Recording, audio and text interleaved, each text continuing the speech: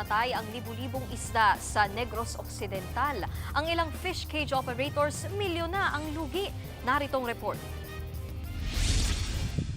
Libu-libong patay na isda ang naglutangan sa mga fish cages sa Ramon Isabela.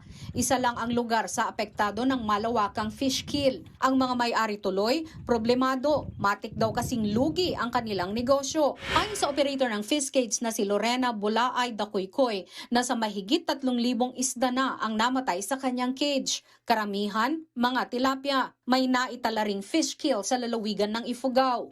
Mga fish pond na konektado sa Magat Dam. Ayon sa mga residente, nagsimulang mamatay ang mga isda nitong Miyerkules. Si Nanay Marina na isa ring fish operator, milyon na raw ang nalugi sa loob ng ilang araw. Ang 25 cage niya kasi na may lamang 180,000 isda apektado rin ng fish kill.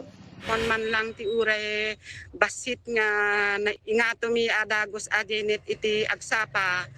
Nakita kun aje lamis ko nga natay amin ije unigkithaan nga mabalin nga alain nga ilakuta purawin ma'am. Sa ngayon, patuloy ang paglilinis ni Marina sa fish cage.